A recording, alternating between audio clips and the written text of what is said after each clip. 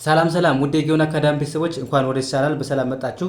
ዛሬ ደግሞ እጅግ አስፈላጊ ትምህርት ይዤላችሁ መጥቻለሁ ማለት ነው። ከዛሬ በፊት የአማርኛ ፊደላቶችን እንዴት በቀላል መንገድ በእንግሊዝኛ መጻፍ ማንበብ እንችላለን፣ ድምጻቸው እንዴት ነው የሚለውን አይተናል ማለት ነው። ዛሬ ደግሞ እነሱን ከጨረስን በኋላ እንዴት በቀላል መንገድ ቃላቶችን እያጣመርን ቃላት መመስረት እንችላለን፣ የእንግሊዝኛ ቃላት መመስረት እንችላለን፣ እንዴት ሰላምታዎችንስ በእንግሊዝኛ ተክተን የአማርኛ ቃላቶችን እንዴት በቀላል መንገድ በእንግሊዝኛ ተክተን መጻፍ ማንበብ እንችላለን የሚለውን ትምህርት ይዤላችሁ መጥቻለሁ ማለት ነው። ስለዚህ ቪዲዮውን እስከ መጨረሻ ማየት እንዳትረሱ ማለት ነው። እንዲሁም ለቻናላችን አዲስ ሆናችሁ ቤተሰቦቼ ላይክ፣ ሼር፣ ሳብስክራይብ እያደረጋችሁ ቤተሰብ ሁኑ፣ እኛንም አበረታቱን እያልን ቀጥታ ወደ ትምህርቱ እንሄዳለን ማለት ነው። እና ኦንላይን ለማድረግ የምትፈልጉ ቤተሰቦችም ባዮ ላይ ወይም ቪዲዮ ላይ በማስቀምጠው ቁጥር በማንኛውም ሰዓት በመደወል አማርኛ፣ እንግሊዝኛ፣ ሂሳብ እንዲሁም ሌሎችን ትምህርት እያስተማር ስለምንገኝ በፈለጋችሁ ሰዓት ደውላችሁ መማር መከታተል ትችላላችሁ ማለት ነው። ስለዚህ አሁን ቀጥታ ወደ ትምህርቱ እንሄዳለን ማለት ነው። ያ እዚህ ጋር አሁን እንደምታዩቸው ምን አለ በአማርኛ ተጽፈዋል። በአማርኛ የተጻፉትን እንዴት በእንግሊዝኛ መጻፍ እንችላለን የሚለውን ማየት ነው። ስለዚህ በደንብ እስከ መጨረሻው በደንብ እናያለን ማለት ነው። ስለዚህ እናንተም ቪዲዮውን እስከ መጨረሻ ማየት እንዳትረሱ ማለት ነው። ያ እንግዲህ እዚህ ጋር ምንድነው ማየት ያለባችሁ? የመጀመሪያው ማን ነው? እንዴት እናንብበው? ሰላም ነው። ሰላም ነው ይላል አማርኛው። ሰላም ነው የሚለውን እንዴት በእንግሊዝኛ መጻፍ ትችላላችሁ፣ እንዴት በእንግሊዝኛ ትጽፋላችሁ የሚለውን እናያለን ማለት ነው። ስለዚህ ሰላም ነው ስትሉ መጀመሪያ ስንተኛ ፊደል ነው? ስንተኛ ፊደል ነው? የመጀመሪያ ፊደል። ስለዚህ የመጀመሪያ ፊደል ደግሞ ኢ ነው የሚወስደው፣ ተነባቢው ኤስ ነው። ስለዚህ ኤስ ኢን ሰ ብለን ማንበብ ሰ ብለን እንጽፋለን። ከዛ ላ ስትሉ አሁን ስንተኛ ፊደል ነው? አራተኛ ፊደል። አራተኛ ፊደል ደግሞ የለ ቤተሰብ መጀመሪያ በኤል ነው ተነባቢው፣ አናባቢው ኤ ነው። ስለዚህ ኤል ኤል ላ ብለን መውሰድ ላ ኤል ኤል እንደ ላ ኤምን እንደ ምን ማንበብ ም ሰላም ሰላም። ስድስተኛ ፊደል ምን የለውም አናባቢ የለውም ራሷ ኤም ብቻ ሰላም። ከዛ ኤንኢን ነ ኤንኢን እንደ ነ ዳብሊውን እንደ ው ማንበብ ነው ሰላም ነው ሰላም ነው አለን። ሰላም ነው ብለን ስንጽፍ ምን እንዳለን ማለት ነው። ኤስኤን እንደ ሰ ኤልኤን እንደ ላ ኤምን እንደ ምን ኤንኢን እንደ ነ ዳብሊውን እንደ ው ሰላም ነው ብለን በቀላሉ ጻፍን ማለት ነው። ስለዚህ በዋናነት ማወቅ ያለባቸው ምንድነው የአማርኛ ፊደሎች እያንዳንዳቸው ድምጻቸው እንዴት እንደሆነ እንዴት እንደሚጻፉ መጀመሪያ ማወቅ አለባችሁ ማለት ነው። ያ ከዛስ አሁን እዚህ ጋር ማን አለ? ደህና ነኝ። ደህና ነኝ ብላችሁ ለመጻፍ ስትፈልጉ ሰላም ነው ስትሉ ደህና ነኝ ስትሉ አሁን ስትመልሱ ምን ብላችሁ መመለስ ትችላላችሁ?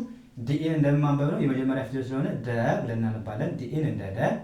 ከዛስ ኤች ባይጻፍም ችግር የለውም ግን ህ ብላችሁ መጻፍ ትችላላችሁ። ስድስተኛ ፊደል ስለሆነ ህ ብቻ ግን ይዋጣል፣ ሳይለንት ነው። ኤንኤን እንደማንበብ ነው እንደ ና ኤንኤን ና። አራተኛ ፊደል ማን ነው? ና ነው። ስለዚህ ደህና ብለን በቀላሉ መለስን ማለት ነው። ደህና ያ ደህና። ከዛስ ኤንኤን እንደማንበብ እንደ ነ ኤንኤን ነ የመጀመሪያ ፊደል አይደለ ነ ብላችሁ ማንበብ። ከዛስ ጂኤንን ኝ ብላችሁ ማንበብ። ስድስተኛ ፊደል አናባቢ የለውም። ጂኤን ምንድናቸው? ተነባቢ ናቸው። ስለዚህ ኝ ብለን ማንበብ ደህና ነኝ ደህና ነኝ ደህና ነኝ ብለን በቀላሉ ጻፍን አነበብን ማለት ነው። ያ እንዴት ነህ በሉ እስኪ አሁን እንዴት ነህ እንዴት ነህ የሚለውን እንዴት እንጽፋለን? ኢ ማለት በመጀመሪያ ማን ነው? እ ነው። ኢ ማለት እ ማለት ኢ ነች። ስለዚህ እ አለን ኢን እንደ እ። ከዛስ ኤን ስድስተኛ ፊደል ስለሆነ እንደ ን ማንበብ ን። ከዛ ዲኤን እንደ ዴ ቲን እንደ ት እንዴት እንዴት እንዴት ኤንኢን እንደ ነ ኤችን እንደ ህ ነህ ነህ እንዴት ነህ እንዴት ነህ እንዴት ነህ ስትሉ አሁን እንዴት አላችሁ? ኢን እንደ ማንበብ ነው። ኤንን እንደ ን ዲኤን እንደ ዴ ቲን እንደ ት እንዴት። ከዛ ኤንኢን ይቅርታ ኤንኢን እንደ ነ ኤችን እንደ ህ እንዴት ነህ አላችሁ ማለት ነው በቀላሉ። ያ አሁን ደግሞ ለሴት እንዴት ነሽ ስትሉ እንዴት ነሽ ስትሉ እንዴት ትጽፋላችሁ? እንዴት ነሽ እንዴት ነሽ። እዚህ ጋር ተመሳሳይ ነው። እንዴት የሚለው ተመሳሳይ ነው ግን እንጻፈው። እንዴት ነው የምንጽፈው? ኤን እንደምን ማንበብ ነው እንደ እ ኤንን እንደ ን ዲኤን እንደ ዴ ቲን እንደ ት እንዴት እንዴት። ከዛስ ኤንኢን እንደ ነ ኤስኤችን እንደ ሺ ማንበብ ነሽ ኤንኢን ነ የመጀመሪያ ፊደል ነ አይደለ የሚወስደው ኢ ነው ነ። ከዛስ ሲኤች ሺ ማለት ስድስተኛው ፊደል ኤስኤች ተነባቢ ብቻ ነው አናባቢ የላቸውም። ስለዚህ ነሽ እንዴት ነሽ እንዴት ነሽ ብለን በቀላሉ ጻፍን ማለት ነው። ከዛስ ሁሉ ሰላም በሉ እስኪ ሁሉ ሰላም። አሁን ሁ ስትሉ ኡ የሚል ድምፅ አለ አይደል? ስለዚህ ኤች ዩ ሁለተኛ ፊደል ደግሞ ማን ነው የሚወስድ ማለት ነው? ዩ ነው የሚወስዱ። ስለዚህ ሁ ማለት ሁለተኛ ፊደል አይደለ? ኤች ዩ አረግን። ከዛ ሉ ስትሉ ስንተኛ ፊደል ነው? ሁለተኛ ፊደል አሁንም ኤል ዩ አረግን ሁሉ። ከዛስ ሰ ስትሉ የመጀመሪያ ፊደል ያው ሰ። ከዛ ኤስ ኢ አለን። ኤል ኤ ላ አራተኛ ፊደል ስለሆነ ኤ ነው የሚወስደው። አራተኛ ፊደል ደግሞ አናባቢ ኤ ስለሆነ ስለዚህ ላ አለን። ኤምን ምን ብለን ማንበብ? ሰላም ሁሉ ሰላም ሁሉ ሰላም ሁሉ ሰላም አለ ማለት ነው። በቀላሉ ሁሉ ሰላም ብለን ጻፍን አነበብን ማለት ነው። ከዛስ አሁን ምን አዲስ አለ ምን አዲስ አለ ብላችሁ ጻፉ። ምን አዲስ አለ። ኤምን እንደ ምን ስንተኛ ፊደል ናቸው? ስድስተኛ ፊደል ከሆነ ደግሞ አናባቢ የላቸውም። ተነባቢ ብቻ ነው የሚቀመጠው። ተነባቢ እና አናባቢ የማታውቁ ልጆች ገብታችሁ መጀመሪያ እዩ። ስለ ተነባቢና ስለ አናባቢ ስለሰራሁ ሌላ ቪዲዮ ማለት ነው።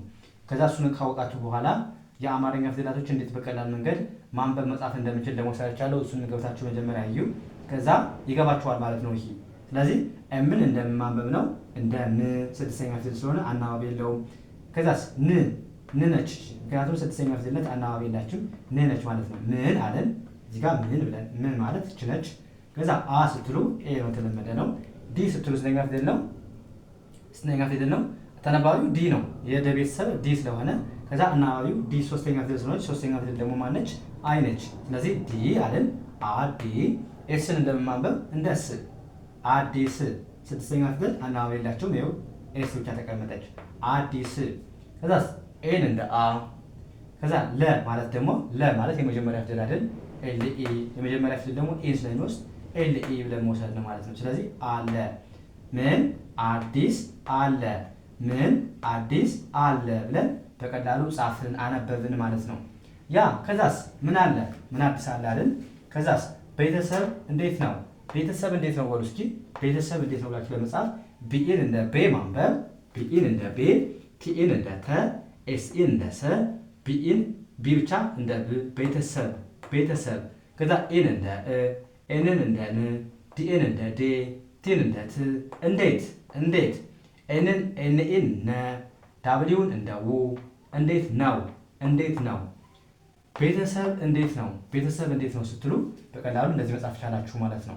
ከዛስ አባቴ ደህና ነው አባቴ ደህና ነው ብላችሁ ጻፉ እስኪ። አባቴ ደህና ነው። ኤን እንደማንበብ ነው እንደ አ። ቢኤን ባ ቢኤን እንደ ባ። ቲአኤን እንደ ቴ ቴ። አባቴ አባቴ። ከዛ ደ ዲኤን እንደ ደ፣ ኤንኤን እንደ ና ደና ደና። ኤንኤ ባንድ ላይ ነ፣ ዳብሊውን እንደ ው። ነው ነው። አባቴ ደህና ነው አባቴ ደህና ነው። ያ አሁን እናንተ የሚገባችሁ ምንድን ነው? የአማርኛ ፊደላቶችን እያንዳንዱ አ ምን ማለት እንደሆነ፣ ባ ምን ማለት እንደሆነ፣ ቴ ምን ማለት ነው ሙሉውን 34ቶችን ማወቅ አለባችሁ እንዲገባችሁ ማለት ነው። መጀመሪያ እንዴት እንደሚጻፉ በእንግሊዝኛ ተነባቢው ማን ነው? አሁን ለምሳሌ ለበ ተነባቢው ማን ነው? መጀመሪያ እሱ ማወቅ አለባችሁ። ለበ ተነባቢው ማን ነው? ለበ ቤተሰብ ለሰባቱ የሚያገለግለን ቢ ነው። ስለዚህ አናባቢዎቹ ደግሞ የመጀመሪያ ኢን ይወስዳል፣ ሁለተኛ ዩ፣ የሶስተኛ አይ፣ የአራተኛ ኤ፣ የአምስተኛ አይ ኢ፣ የስድስተኛ ምንም የለውም፣ የሰባተኛ ኦ ስለሚወስድ እነሱንም ማታውቁ ልጆች እየገባችሁ እዩ መጀመሪያ። እሱ ካወቃችሁ በጣም ቀላል ነው የሚሆናችሁ። እነሱ ማስታወስ የሚጠበቅባችሁ። እንዴት በቀላል መንገድ ለመጻፍ ከፈለጋችሁ ምንድን ነው እናንተ የአማርኛ ፊደላቶች እንዴት ነው በእንግሊዝኛ ተክተን የጻፍ ነው ብላችሁ እነሱን ማስታወስ የሚጠበቅባችሁ። ማንን ነው የሚወስድ? አናባቢው የመጀመሪያ ፊደል አናባቢው ማንን ነው የሚወስድ? ሁለተኛ ፊደልስ አናባቢው ማን ነው? ሶስተኛ አናባቢው ማን ነው? አራተኛ እያላችሁ ሙሉን አናባቢዎችን ማወቅ ብቻ ነው። ስለዚህ በቀላል መንገድ እንደዚህ መጻፍ ትችላላችሁ ማለት ነው። እና በኦንላይን ለማለት ፈልጉ ቤተሰቦችን ባዮ ላይ ወይም ቪዲዮ ላይ በማስቀምጠው ቁጥር በማንኛውም ሰዓት ደውላችሁ መማር መከታተል አማርኛም ሆነ እንግሊዝኛ ከመሰረቱ መማር የምትፈልጉ ቤተሰቦች ደውሉና ናግሩኝ። በማንኛውም ሰዓት መማርና መከታተል ትችላላችሁ ማለት ነው። አሁን ቀጥታ ወደዚህኛው እንሄዳለን ማለት ነው። አሁን ደግሞ ማን አለ? እናቴ ብሉ። እናቴ ደህና ናት። እናቴ ደህና ናት ስትሉ አሁን እንዴት ላላችሁ? ማለት ማነች? ኢ ነች። ና ማለት ደግሞ ኤንኤ፣ ቴ ማለት ደግሞ ቲአይኢ ቴ። እናቴ እናቴ። ከዛ ደ ማለት ዲኢ፣ ህ ማለት ይዋጣል ችግር የለውም። ካልፈልጋችሁ ደግሞ ኤችን እዚህ ጋር ማስገባት ትችላላችሁ። ግን ሳይለንት ነው። ደህና ስትሉ ሳይለንት ስለሆነ ህ ማለት ነው። ስለዚህ ደህና። ከዛ ኤንኤ ና ብለን ማንበብ ና ና ስትሉ ኤንኤ፣ ት ስትሉ ቲ፣ ናት ና ስትሉ አራተኛ ፊደል አ የሚል ድምፅ ስላለ ኤን ኤ። ቲ ማለት ት ናት። ኢን እንደ እ አልኳችሁ። ኤን ኤን እንደ ና፣ ቲ አይ ኤን እንደ ቴ እናቴ አላችሁ። ከዛስ ዲ ኤን እንደ ደ፣ ኤን ኤን እንደ ና ና ደና፣ ኤን ኤን እንደ ና፣ ቴን እንደ ት ናት እንዴት ናት፣ እናቴ ደህና ናት ወይም ይቅርታ እናቴ ደህና ናት ብለን በቀላሉ ጻፍን ማለት ነው። ከዛ እህቴ ደህና ናት በሉ እስኪ። እህቴ ደህና ናት። እህቴ ደህና ናት ስትሉ አሁንም እንዴት ትላላችሁ? ኤን እንደ ማንበብ ነው እንደ ህ፣ ይቅርታ ኤን እንደ እ፣ ኤችን እንደ ህ፣ ስድስተኛ ፊደል ስለሆነ ምንም የለውም ማለት ነው እንደ ህ። ቴ ማለት ደግሞ ቲ አይ ኢ ስድስተኛ ስለሆነች ይሄን ነው የሚወስደው አይ ኢ ይወስዳል ማለት ነው። ስለዚህ እህቴ አልን፣ እህቴ አልን። ከዛ ደ ማለት ዲኢ፣ ና ማለት ደግሞ ኤንኤ ደና፣ ኤንኤ ና፣ ቲ ት ናት ናት፣ እህቴ ደና ናት እህቴ። ኤን እንደ እ፣ ኤችን እንደ ህ፣ ቲ አይ ኤን እንደ ቴ እህቴ እህቴ፣ ዲኤን እንደ ደ፣ ኤንኤን እንደ ና ደና፣ ኤንኤን እንደ ና፣ ቲን እንደ ት ናት ናት፣ እህቴ ደህና ናት እህቴ ደህና ናት ብለን በቀላሉ ጻፍን አነበብን ማለት ነው። አሁን ደግሞ ወንድሜ ደህና ነው በሉ እስኪ። ወንድሜ ደህና ነው። ዳብሊኢን እንደ ወ፣ ኤንን እንደ ን፣ ዲኢን እንደ ድ፣ ኤምአይን እንደ ሜ። ወንድሜ አሁን የመጀመሪያ ፊደል ወ ነው አይደል? ወ የመጀመሪያ ፊደል ነው። የወ ቤተሰብ የመጀመሪያው ፊደል ስለሆነ ኢን ይወስዳል። ወ ኢ። ከዛ ን ማለት ስንተኛ ፊደል ነው? ስድስተኛ ፊደል ኤንን አስገባል። ድ ማለት ደግሞ ስንተኛ ፊደል ነው? ስድስተኛ ፊደል። ስለዚህ ዲ ብቻ ነው፣ አናባቢ የለውም። ሜ ስትሉ ደግሞ ስንተኛ ፊደል ነው? አምስተኛ ፊደል። አምስተኛ ፊደል ደግሞ አይ ኤን ስለሚወስዱ ኤም አይ ኢ ሜ አለን ማለት ነው። ወንድሜ በጣም ቀላል ነው። ከዛ ደ ስትሉ አሁን ዲኢ የመጀመሪያ ፊደል ስለሆነ፣ ህ ማለት ስድስተኛ ፊደል ነው፣ ኤች መጻፍ ትችላላችሁ። ና ማለት ደግሞ ስንተኛ ፊደል ነው? አራተኛ ደግሞ ኤን ይወስዳል። ስለዚህ ኤን ኤ ደህና አለን። ከዛ ኤንኢ ነ ብለን ማንበብ ዳብሊውን ው እዚህ ጋር በደንብ አይታይም ነው ብላችሁ በቀላሉ ጻፋችሁ ማለት ነው። ወንድሜ ደህና ነው፣ ወንድሜ ደህና ነው ብላችሁ በቀላሉ ጻፋችሁ ማለት ነው። ከዛስ አጎቴ ደህና ነው፣ አጎቴ ደህና ነው የሚለውን ጽፋላችሁ። አ ማለት ኤ ነች፣ ጎ ማለት ጂኦ ጎ፣ ቴ ማለት ቲአይኤ ቴ አጎቴ። ከዛ ዲኤ ደ፣ ና ማለት ደግሞ ኤንኤ ና፣ ነ ማለት ኤንኤ፣ ዳብሊው ማለት ው ማለት ዳብሊው። ስለዚህ ነው። አን እንደ አ፣ ጂኦን እንደ ጎ፣ ቲአኤን እንደ ቴ፣ አጎቴ፣ ዲኤን እንደ ኤንኤን ነ፣ ና ደና፣ ኤንኤን ነ፣ ዳብሊውን ው ደና ነው።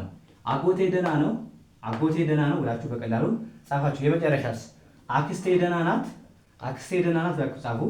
አን እንደ አ ማንበብ፣ ኬን እንደ ክ፣ ኤስን እንደ ስ፣ ቲኤን ቴ ብላችሁ ማንበብ። አክስቴ አያችሁ።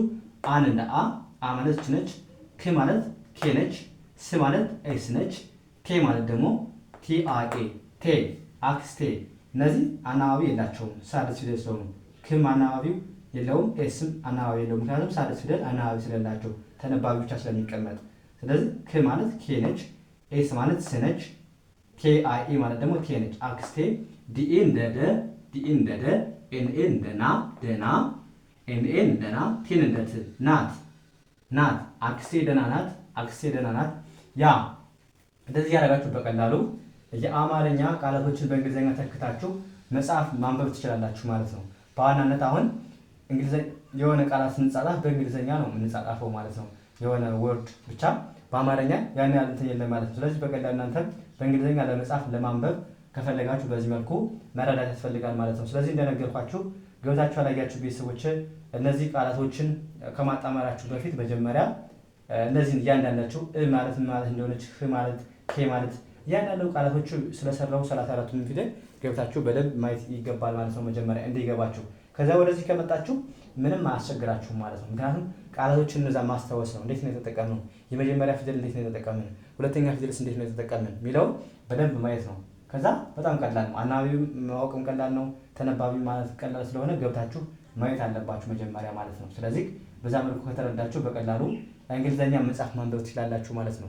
ስለዚህ በዚህ መልኩ ተለማመዱ እና እንደነገርኳችሁ ኦንላይን መማር የምትፈልጉ ከመሰረቱ አማርኛም ሆነ እንግሊዝኛ ከመሰረቱ መማር የምትፈልጉ ቤተሰቦችን እዚህ ጋር በማስቀምጠው ቁጥር በማንኛውም ሰዓት ደውላችሁ ሀይ በሉኝ መማር ትችላላችሁ ማለት ነው። ስለዚህ የዛሬው ክላሳችን እዚህ ጋር እናበቃለን። ቀጣይ በሌላ ትምህርት እስከምንገናኝ መልካም የተመኙላችሁ ሰናይ ጊዜ